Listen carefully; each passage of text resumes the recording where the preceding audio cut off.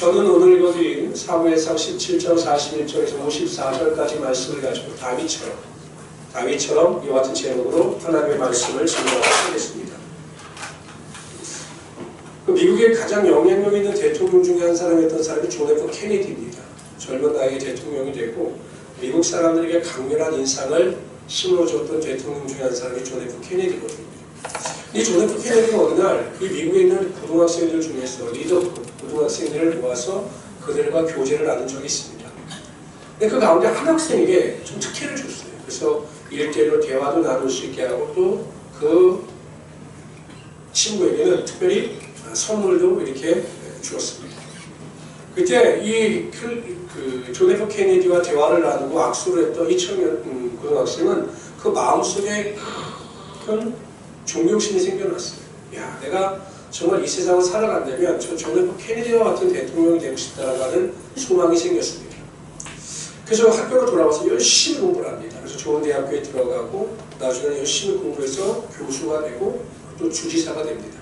그리고 마침내 미국의 42대 대통령이 되죠. 누구냐면 빌 클린턴입니다. 그러니까 빌 클린턴은 대중 매체와 항상 인터뷰를 할 때마다 나의 인생에 가장 큰 영향을 끼쳤던 사람이 존 F 케네디이고 나는 그로 말미암아 그를 롤모델로 삼아서 이렇게 미합중국의 대통령이 될 수 있었다라고 고백을 합니다. 우리가 인생을 살아갈 때 누군가를 롤모델로 삼아서 그가 살았던 삶을 쫓아 살면 또 나름대로 우리의 삶에 큰 성과가 나타나게 되고 있습니다. 사업적으로 성공한 사람들이나 정치적으로 성공한 사람들을 보면 인터뷰할 때 그렇게 이야기하죠. 나의 삶의 롤모델이 누구였다라고 이야기를 합니다. 신앙에서 여러분 롤모델도 굉장히 중요해요. 우리가 막연하게 예수를 믿는 것보다 내 인생에 신앙의 롤모델을 정해놓고 그분이 살았던 삶을 쫓아 살 때 우리의 삶에도 믿음의 능력이 반드시 나타나게 된다는 거죠. 가장 핵심적인 것은 여러분 예수 그리스도께서 우리 삶의 롤모델이 되시는 겁니다. 믿으십니까? 그래서 우리가 그리스도 예수를 닮아가는 삶을 사는 것이고 작은 예수의 삶을 살아가게 되는 것입니다. 근데 성경의 인물들 중에는 우리가 그 인생을 공부하고 신앙을 공부받아서 살아갈 만한 인물들이 굉장히 많습니다. 그 중에 대표적인 인물이 구약의 다윗이죠. 다윗을 좋아하십니까? 네. 어떤 목사님들은 다윗을 너무 좋아한 나머지 이름도 개명을 합니다. 다윗을. 또 자신의 이름을 개명하지 못하면 아들들의 이름을 다윗으로 줘요. 박다윗, 조다윗 이렇게 이름을 지어줍니다. 근데 이름을 바꾸거나 개명하는 것보다 중요한 것이 무엇이냐? 내가 다윗처럼 한번 살아보는 것입니다. 다윗의 삶을 본마다 다윗처럼 살아보는 것이 우리의 삶에 큰 영향력을 준다는 거죠. 다윗을 신앙의 롤모델로 삼아서 다윗처럼 살아가려고 노력하고 실행할 때 우리 또한 다윗과 같은 신앙의 길을 걸어갈 수 있게 될 것입니다. 저는 오늘 본문과 그의 일생을 중심으로 해서 우리가 과연 본받아야 할 다윗의 신앙의 유산은 무엇인가에 대해서 살펴보고 함께 은혜를 나누고자 합니다. 첫 번째로 우리는 다윗처럼 문제보다 하나님을 먼저 볼 수 있는 믿음이 있어야 합니다. 또는 하나님을 문제보다 더 크게 볼 수 있는 믿음이 있어야 합니다. 오늘 이야기의 주인공은 다윗과 골리앗이죠. 다윗과 골리앗이 싸움을 합니다. 근데 여러분 객관적인 전력으로 볼 때 다윗은 골리앗의 상대가 될 수 있다? 없다? 없어요. 왜냐하면 여러분 골리앗은 어린 소년이니까 다윗은 어린 소년이에요. 근데 여러분 골리앗은 키가 장장 2m 80입니다. 보통 농구 선수들 같은 경우 2m 30이 넘으면 이 몸의 균형이 좀 달라요. 키만 크고 말랐거나 이 좌우 밸런스가 다른데 이 골리앗은 2m 80이 되는 크기의 모든 것이 균형을 이루고 있는 용사였어요. 무기도 대단한 무기를 사용했습니다. 다윗은 소년입니다. 객관적인 능력으로 볼 때 도저히 싸움이 되지 않아요. 그래서 이스라엘 백성들은 여러분 사울 왕과 이스라엘 백성들은 그 골리앗의 그 용모와 용기와 그 능력을 보고 그냥 주눅이 들어서 그 이스라엘 민족을 하나님을 모욕함에도 불구하고 감히 그와 맞설 생각을 하지 못했습니다. 그러니까 골리앗에 집중하는 거죠. 다윗은 달랐어요. 모든 사람들이 전쟁에 패할 것이고 다윗이 죽을 것이다 라고 결론을 내렸지만 다윗은 골리앗이 아닌 하나님께 집중함으로 말미암아 하나님의 크신 능력을 맛보게 되더라는 거죠. 여러분 세상 사람들을 보십시오. 사울을 보십시오. 자꾸 하나님을 보지 않고 골리앗에 집중합니다. 그렇게 자기 자신들이 마치 메뚜기인 것처럼 초라하게 느껴졌던 겁니다. 근데 다윗은 달랐어요. 골리앗을 보지 않아요. 문제를 보지 않습니다.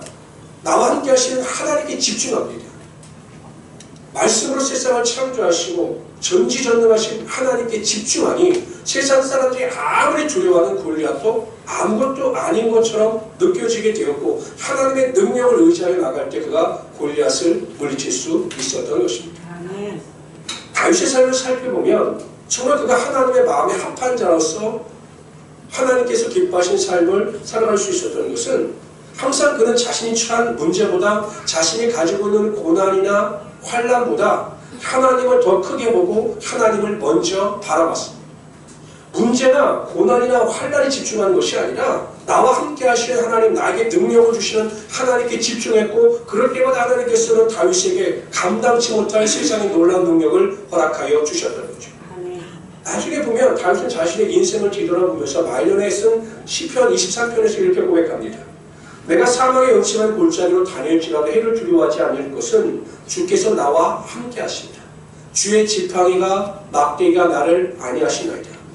주께서 내 원수의 목줄로서 내게 잔치상을 베푸시고 기름으로 내 머리에 바르셨으니 내 잔이 넘치나이다. 무엇입니까? 죽음과 같은 절망의 상황 가운데서 다윗은 두려워하지 않았습니다. 왜냐하면 내가 의지하는 하나님, 나를 보호하시는 하나님의 지팡이가 막대기가 나를 붙잡고 계심을 믿었기 때문에 죽음과 같은 절망의 상황 가운데서도 낙심하지 않냐고 믿음을 가지고 전진해 나갈 수 있었던 거죠. 결국 하나님께서 그 믿음대로 되는 역사가 나타나게 하여 주셨던 것입니다. 믿음이란 무엇일까요? 우리가 믿음, 이야기하기에 믿음이란 무엇일까요? 성경은 믿음에 대해서 다양하게 설명을 합니다. 저는 그러나 믿음은 이런 것이다라고 정의를 내리고 싶어요. 믿음이란 세상보다 하나님을 먼저 바라보는 것이고 믿음이란 세상보다 하나님을 더 크게 바라보는 것이다. 이것이 믿음입니다. 그래서 어떠한 환경 가운데 있든 어떠한 조건 가운데 있든 고난이나 환난이나 유혹 앞에 넘어지고 쓰러지는 것이 아니라 하나님의 능력을 의지하여 모든 것을 넉넉히 이길 수 있는 그것이 바로 올바른 믿음이고 평안의 능력을 가지고 살아가는 것이 믿음이다. 저는 이렇게 결론을 내리고 싶습니다. 제가 이번에 제가 이제 터키를 이제 선교를 갔다 왔는데 이렇게 비행기를 제가 좀 많이 탔어요. 근데 제가 예전에는 여행 갈 때는 저는 질보다는 가격을 주로 따지는 스타일이라 캐리어를 샀는데 28인치 큰 캐리어를 엄청 비싸게 주고 샀어요. 5만 원에. 5만 원에 샀어요. 근데 그게 겉으로 보기에는 색깔도 예쁘고 아주 좋더라고요. 근데 여행을 2번 갔다 오고 저희 딸 예린이가 유럽을 갔다 오더니 바퀴가 다 부서져 버렸어요.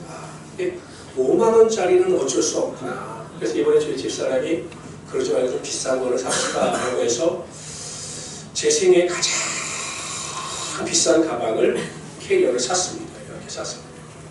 근데 제가 보기에도 좋더라고요. 그래 이제 공항에 모였는데 이제 제가 저랑 같이 가는 목사님들 가방을 보니까 각양각색이죠. 그러면 너무나 아름다운 뭐 가방들, 뭐 캐리어도 있고 뭐 튼튼해 보이는 캐리어도 있어요. 근데 이제 제가 보기에는 뭐 내 거나 그거나 물어보면 제게 훨씬 비싼데 그게 더 좋아 보이는 겁니다. 근데 여행을 다 끝나고 왔어요. 이제 터키에서도 시골로 갈 때 비행기 타고 가니까 막 거기는 우리나라처럼 이 캐리어를 얌전하게 옮겨주는 것이 아니라 이렇게 멀리서 보니까 그냥 멀리 지들끼리 막 던지기 놀이라고 했더라고요. 그러고 나서 이제 한국에 도착했습니다. 도착해서 보니까 한 3분의 1 정도 목사님들의 바퀴나 그 모든 캐리어가 깨져 있는 거예요. 여쭤봤더니 여전히 역시 제가 생각했던 것처럼 가격이 적급이었어요. 그럼 제 것은 어떠냐? 아주 튼튼하고 약간의 스크래치 외에는 별 문제가 없었어요. 제가 왜 이런 말을 하냐면 평상시엔 똑같아 보여요. 모든 캐리어가 똑같아 보이나 결국 나중에는 그 품질, 진가가 반드시 나타나게 되더라는 거죠. 우리가 믿음 생활을 하면 어떤 분의 신앙이 깊은지, 어떤 사람의 믿음이 좋은지, 얕은지를 잘 몰라요. 목사님 저도 잘 모를 때가 있습니다. 찬양할 때도 그렇고 말씀을 듣는 태도를 보면 모든 사람들이 다 믿음이 좋아 보이고 훌륭해 보이거든요. 근데 그 믿음의 진가는 언제 나타나느냐? 세상의 고난이나 환난이나 유혹이 다가올 때 그 고난과 환난과 유혹을 대처하는 방법을 보면 그분의 신앙의 깊이와 넓이를 알 수 있게 되더라는 것입니다. 어떤 분들은 믿음이 견고하신 분들이 있어요. 하나님만을 바라보고 하나님만을 먼저 생각하고 하나님만을 의지하는 분들이 있습니다. 이런 분들은 고난이 환난이 다가오다 탄식을 할 수 있죠. 너무 힘드니까 탄식을 합니다. 아휴 라고 탄식을 해요. 그러나 바위와 같이 견디고 평안한 가운데 하나님만을 더욱더 의지하며 살아가십니다. 그렇게 하나님께서 그런 분들에겐 더 놀라운 은혜와 능력을 주셔야 됩니다. 근데 어떤 분들이 있냐면 평상시에는 티가 안 납니다. 정말 믿음이 좋은 것 같아요. 말도 그렇고 행동도 그렇고 믿음에 문제가 없어 보이는 것 같아요. 그런데 고난이나 환난이 다가오면 하나님을 먼저 바라보고 하나님을 의지하는 것이 아니라 세상을 바라보고 환경을 바라보고 문제를 바라보다가 그만 쓰러지고 넘어지는 경우를 제가 허다하게 보았다는 것이에요. 평상시에 믿음이 나타나지 않지만 어떠한 압박이나 고난이 다가오면 그 반드시 믿음이 드러나게 되어 있다는 것입니다. 우리나라 유명한 목사님 중에 한 분이 계셨습니다.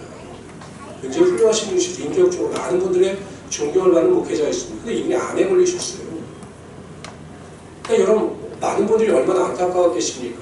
근데 목사님이 가서 여쭤봤습니다. 목사님 어떻게 암에 걸리셔서 고통스러워서 어떻게 지내십니까? 라고 물어보니까 목사님이 하시는 말씀이 그렇게 말씀하시더라는 거예요. 아이고 내가 말년이 되니까 하나님께서 암이라고 하는 고약한 친구를 붙여서 나로 하여금 어렵게 하는 것 같아. 고약한 친구를 주셨으니 내 몸의 일부를 받아들여서 감사하고 살아가야지 라고 이렇게 말씀을 하시더라는 거예요. 그래서 많은 사람들이 은혜를 받았습니다. 이 목사님은 어떻게 되셨을까요? 사셨을까요? 돌아가셨을까요? 사셨을까요? 돌아가셨을까요?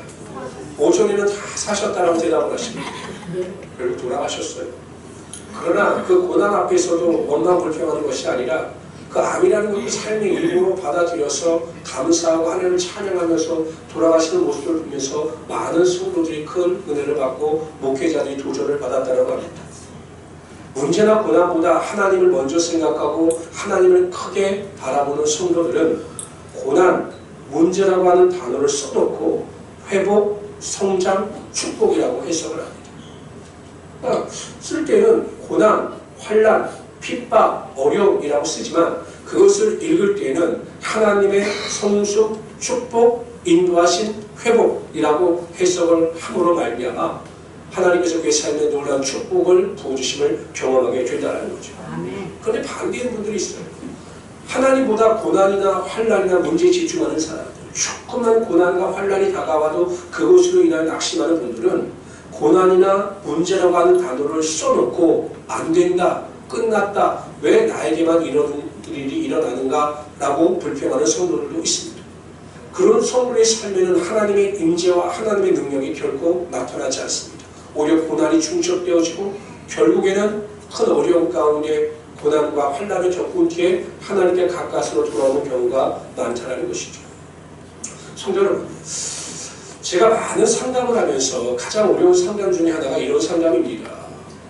모든 성도들이 알아요. 이제 권사님이나 장로님들이나 안수집사님이나 집사님들이나 신앙적인 지식에 대해서 다 알아요. 고난이나 환난이 다가올 때 기도해야 합니다. 이것을 모르는 사람이 누가 있겠습니까?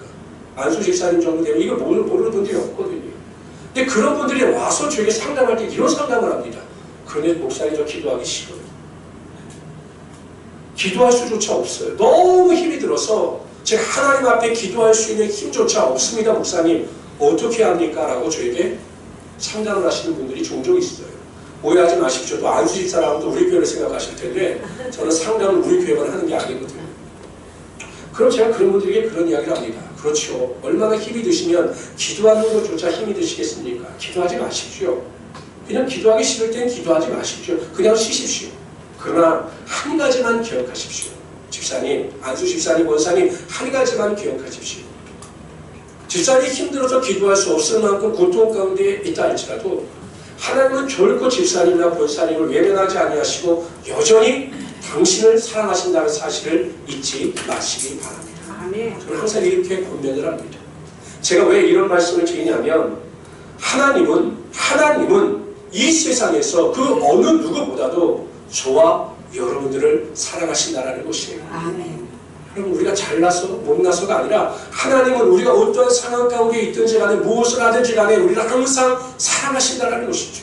근데 우리를 사랑하시는 그 하나님이 어떤 하나님이시냐? 전지전능하시고 무소부지하신 하나님이 주신다는 것입니다. 능치 못할 일이 없으신 하나님이 주신다는 것입니다. 아멘. 그래서 우리가 하나님께 믿음을 고정시키고 하나님만을 앙망하며 하나님을 기대하며 살아갈 때 하나님께서 여러분의 삶의 고난과 환난이 축복으로 변하게 하시며 여러분의 삶에 다가오는 모든 어려움으로부터 여러분들을 자유케 하여 주시는 것입니다. 아멘. 그래서 우리 모든 성도들 무슨 일이 있을 때마다 자꾸 문제, 고난, 유혹, 세상적인 것에 집중하지 마시고 눈을 들어서 다시 하나님만을 바라볼 수 있고 하나님만을 의지할 수 있는 그런 믿음을 가지고 승리하시는 우리 귀한 성도들 되시기를 주님으로 축원합니다. 아멘. 두 번째로요.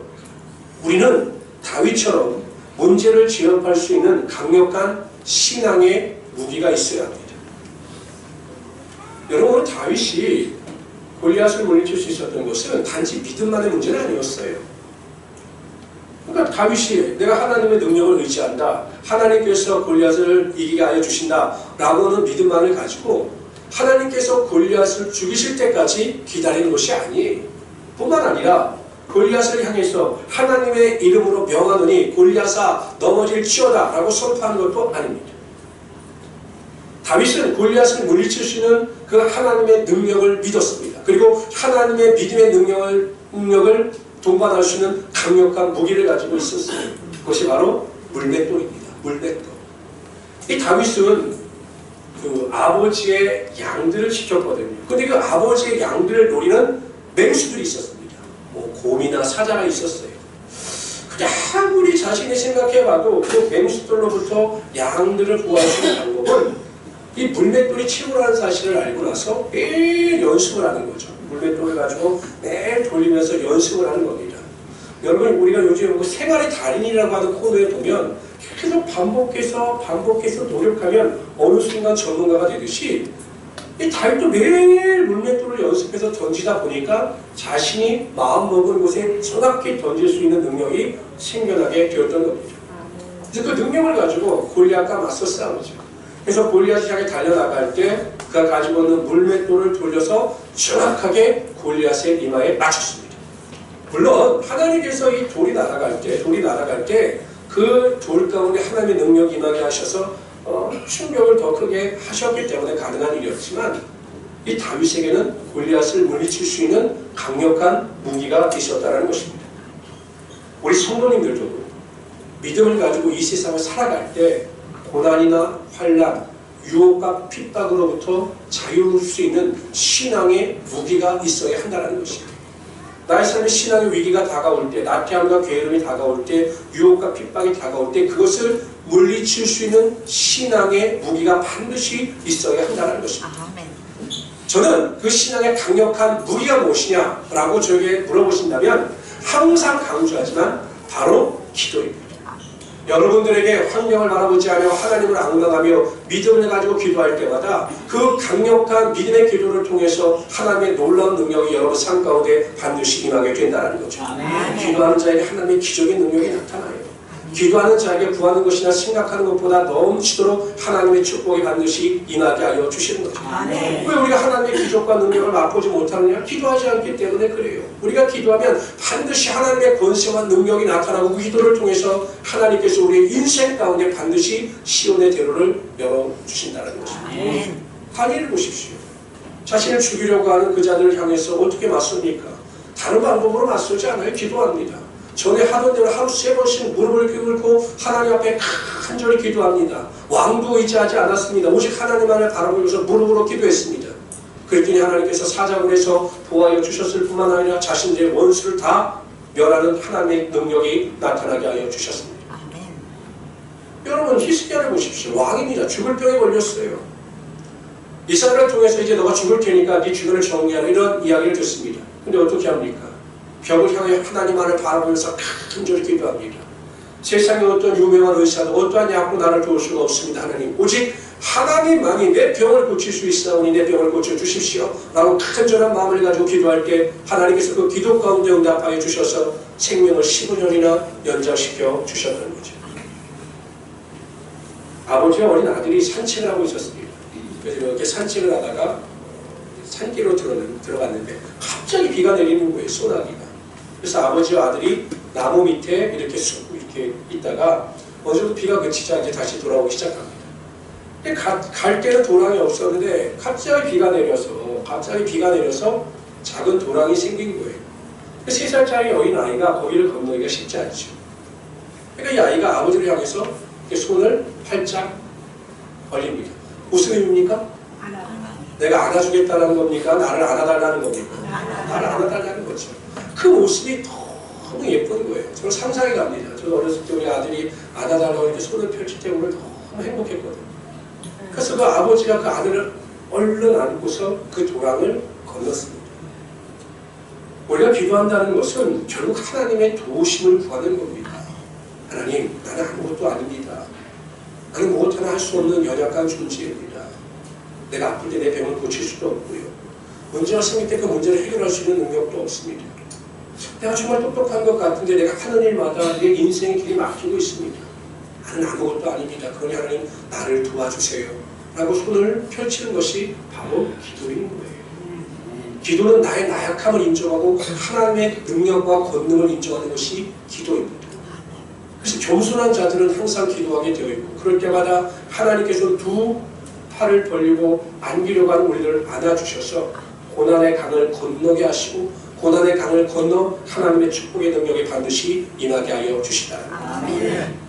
저는 기도를 하면 할수록 느끼는 것이 하나님의 사랑을 뼈저리게 느낄 뿐만 아니라 기도를 하면 할수록 하나님께서 내 기도를 반드시 들으신다고 하는 확신이 생기게 되더라는 거죠. 혹시 야구들 좋아하십니까? 젊은 분들? 야구들 좋아하세요? 여러분들 야구도 좋아하지 않고 TV도 좋아하지 않고 영화도 좋아하지 않고 도대체 뭘 좋아하십니까?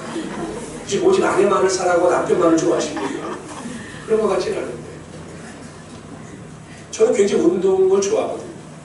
야구도 좋아하거든요. 그래서 우리나라 KBO 야구보다 저는 메이저리그를 굉장히 좋아하는데 이 특급 투수들은 공을 던질 때 결정구라고 하는 게 있어요.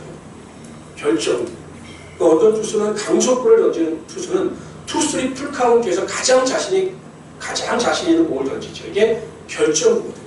그래서 어떤 투수는 강속구를 던지기도 하고 어떤 투수는 커브나 슬라이드를 던지기도 하고 어떤 투수는 공의 속도를 조절하는 체인지업을 던지기도 합니다. 그래서 상대 타자를 압도하는 거죠.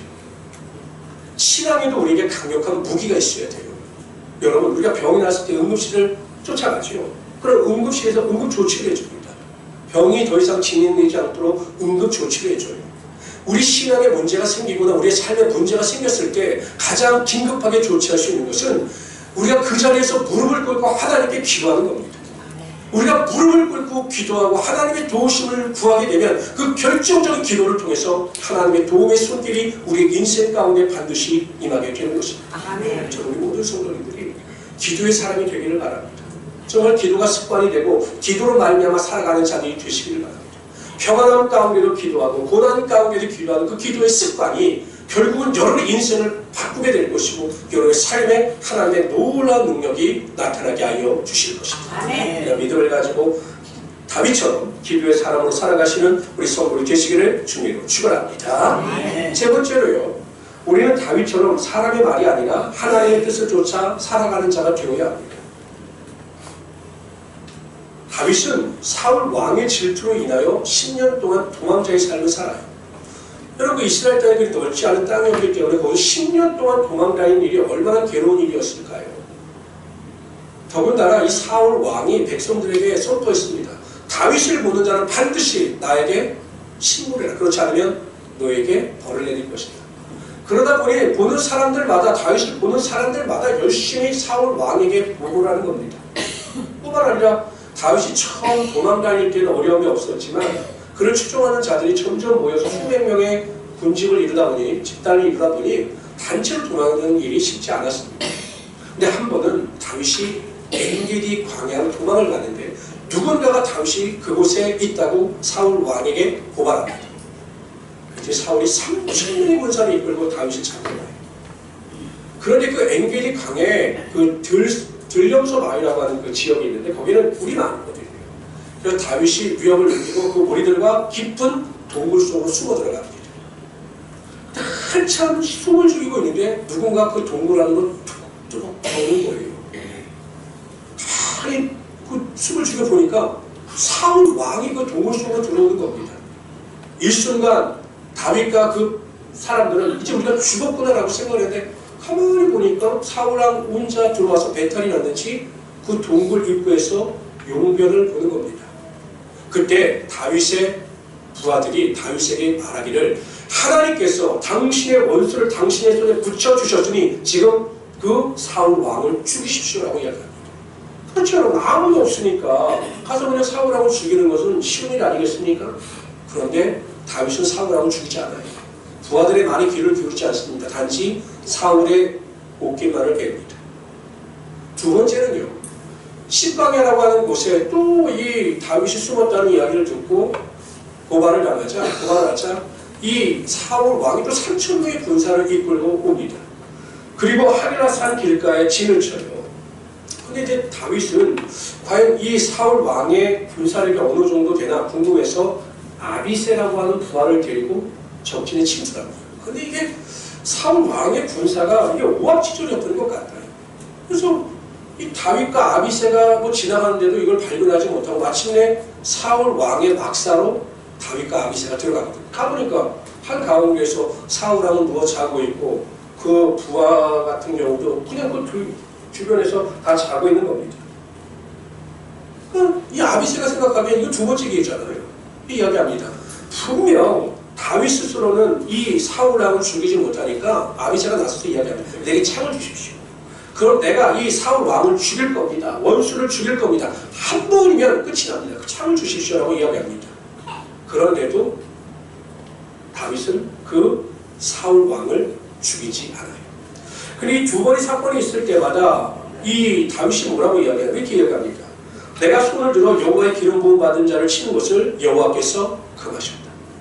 하나님께서 기름 부어 세우신 자는 내가 심판하는 것이 아니라 하나님께서 심판하시기 때문에 내가 하나님을 대신하여 사울 왕을 죽이는 것은 하나님의 뜻이 아니고 하나님의 말씀에 어긋나는 것이다 라고 거부하고 있는 것입니다.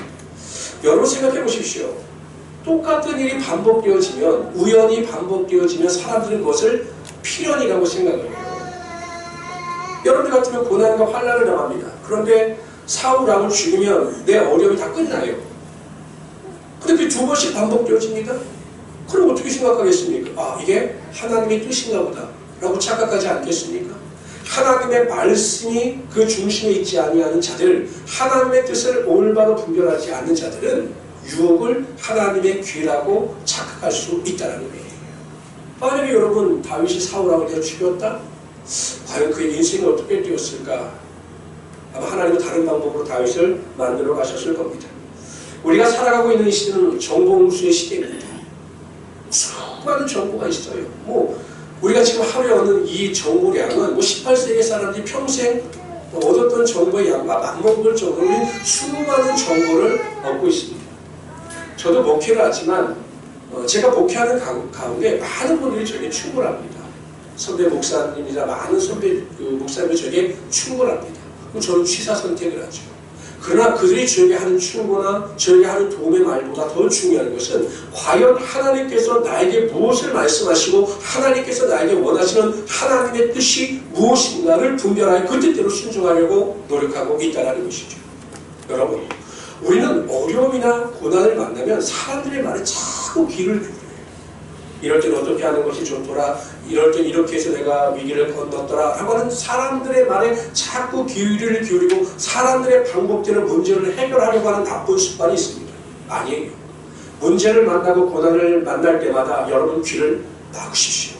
세상으로부터 여러분들을 향한 모든 언어에 대한 귀를 막으시고 하나님께만 집중하셔서 하나님의 뜻을 분별하여 하나님의 말씀에 순종하며 살아가시는 우리 성도들이 되시기를 주님으로 축원합니다. 그냥 반드시 하나님께서 여러분들을 축복하시고 하나님의 은혜와 능력이 나타나게 하여 주시는 것입니다.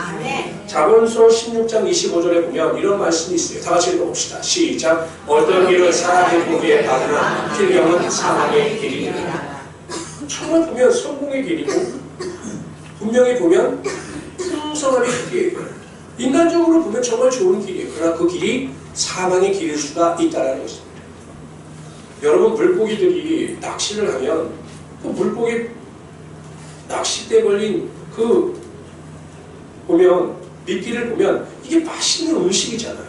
근데 그것을 먹는 순간 그가 그냥 죽게 되는 것과 마찬가지인 것처럼 어떤 길은 정말 인간적인 눈으로 볼 땐 좋은 길일 수 있으나 오히려 그 길이 생명과 구원의 길이 아니라 파멸의 길일 수가 있다는 것입니다. 그래서 성경은 항상 우리에게 이렇게 강조하셔요. 다 같이 읽어봅시다. 시작. 너희는 이 세대를 본받지 말고 오직 마음을 새롭게 하고 변화를 받아 하나님의 선하시고 기뻐하시고 온전하신 뜻이 무엇인지 분별하도록 하라. 이게 가장 중요한 거예요. 저는 새벽 기도마다 기도하는 게 그겁니다. 하나님, 하나님의 뜻을 분별케 하여 주십시오. 정말 하나님의 뜻이 무엇인지, 우리 교회를 향한 하나님의 뜻이 무엇인지, 성도들을 향한 하나님의 뜻이 무엇인지 분별케 하여 주셔서 항상 하나님의 말씀에 합당한 길을 걸어가게 하여 주십시오라고 기도하는 것이 제가 새벽마다 기도하는 것입니다. 성도 여러분, 이 세상에서 가장 중요한 것은 하나님께서 원하시는 것이에요. 하나님이 원하시는 것에 우리의 뜻을 맞추게 되면 우리의 삶에 세상이 감당할 수 없는 하나님의 놀라운 복이 반드시 임하게 되어 있는 것이죠. 여러분, 선택의 결정의 문제에서 보세요. 나는 참 이해가 안 되는 게 뭐냐면 목회자 입장에서 보면 이거냐 저거냐 할 때 분명 해답이 보여요. 근데 성도들은 그 해답을 분별하지 못해요. 그 이유가 무엇인지 아십니까? 그 선택의 기로에 있어서 하나님께서 기뻐하시는 것이 무엇일까를 생각하면 해답이 분명하거든요. 그렇잖아요. 아, 내가 이걸 선택해야 되나 저걸 선택해야 되나 라고 할 때 하나님께서 원하시는 것이 무엇이다라는 것을 생각해서 반드시 그걸 선택하면 하나님께서 역사하여 주신다는 거예요. 제가 몇 번 간증 말씀드렸지만 어느 교회 장로님이 굉장히 믿음이 열심히 장로님입니다. 믿음에서 교체가 서러울 정도 장로님이에요. 근데 이분이 수요 예배 때 기도를 하게 되었어요. 근데 인테리어 하는 분인데 큰 회사에서 인테리어와 관련해서 이 장로님하고 협의할 것이 있으니 그냥 본사로 들어오라고 하는 연락이 왔어요. 시간 변경이 안 되냐고 했더니 안 되네요. 수요일 날, 그것도 딱 수요 예배 시간에 그 시간에 들어와야 한다. 이렇게 연락이 왔어요. 아, 이 장로님이 기도했죠. 어떻게 하는 것이 하나님의 뜻인가? 분명하죠. 예배를 드리는 것이 하나님의 뜻이고 하나님께서 가장 기뻐하시는 것이니까 그 자신의 사업의 이익을 포기하고 그냥 예배 시간에 달려가서 하나님의 뜻대로 예배드리고 기도했습니다. 사업이 계약이 체결이 안 되느냐? 아니에요. 오히려 회사에서는 그걸 더 높이 평가한 겁니다. 왜냐하면 이 일을 주려고 하는 회사의 눈치를 보지 않고 소신껏 자신의 그 생각대로 옳은 길을 가는 그 장로님의 태도를 보고 사장이 감동해서 더 큰 일거리를 줘서 하나님의 영광을 드러냈다라고 하는 이야기가 있습니다. 보세요, 여러분. 우리가 하나님이 기뻐하시는 일이 무엇인가를 생각하지 않기 때문에 그러한 문제가 다가왔을 때 고민하는 거죠. 세상의 물질이냐 예배냐. 근데 하나님 뭘 기뻐하시겠어요? 예배죠. 항상 이것을 우리의 신앙에 선택하고 결정하는 기준으로 삼는다면 우리 신앙생활 하는 건 어렵지 않아요. 그런데 이걸 기준으로 삼지 않기 때문에 선택 가운데 갈등하고 고민하고 잘못된 선택을 하게 되더라는 것이죠. 저는 우리 모든 성도님들이 항상 하나님의 뜻을 쫓아 하나님이 기뻐하시는 일을 순종하심으로 하나님의 능력을 맛보며 살아가시는 귀한 성도들이 되시기를 주님으로 축원합니다. 하나님께서 우리에게 성령을 주신 이유는 간단합니다. 제일 중요한 것은 구원의 길을 알려주시기 위해서 우리 성령을 주셨고 하나님의 사랑이 어떠한지를 알려주시기 위해서 성경을 주신 거거든요. 또 한편으로는 신앙의 인물들을 통해서 그들이 걸어갔던 그 신앙의 길을 보고 배워서 그 길을 걸어가기를 원하신다는 것입니다. 저는 갑자기 이번 주일 설교를 준비하다가 참 설교의 제목이 잡히지 않았는데 갑자기 하나님께서 이 수요일날 이 말씀을 주시는 거예요. 밤에. 다윗처럼. 제목을 먼저 주셨어요. 본문이 아니라 다윗처럼. 아, 우리 성도들이나 제가 부족하지만 다윗처럼 살아봤으면 좋겠다. 이런 마음을 가져서 하나님께서 이 말씀을 주셨습니다. 저 우리 모든 성도님들이 세상의 어떠한 사람들보다 하나님을 위하여 살아가는 믿음의 모범을 보이심으로 다윗과 같은 하나님의 마음에 합한 자의 인생을 살아가시는 우리 성도들 되시기를 주님으로 축원합니다. 첫 번째, 꼭 기억하십시오. 고난이나 문제나 환난이나 유혹이 다가올 때마다 내가 직면하고 있는 고난이나 환난이나 유혹에 집중할 것이 아니라 눈을 들어 하나님을 먼저 보시고 그 크신 하나님 앞에 믿음의 초점을 맞추며 살아가시길 바랍니다. 두 번째, 고난이나 환난이나 핍박이나 유혹이 다가올 때마다 세상 사람들의 말에 귀를 기울이지 마시고 먼저 하나님 앞에 무릎 꿇고 하나님의 음성을 들을 때까지 쉬지 않고 끊임없이 기도하며 나가시기를 바랍니다. 아멘. 세 번째, 항상 하나님의 뜻을 분별하십시오. 하나님의 뜻이 무엇입니다. 하나님은 나에게 무엇을 말씀하십니다를 분별하셔서 온전히 하나님의 영광을 구하며 살아가시는 귀한 성도들이 되시기를 주님 축원합니다. 아멘. 기도합시다.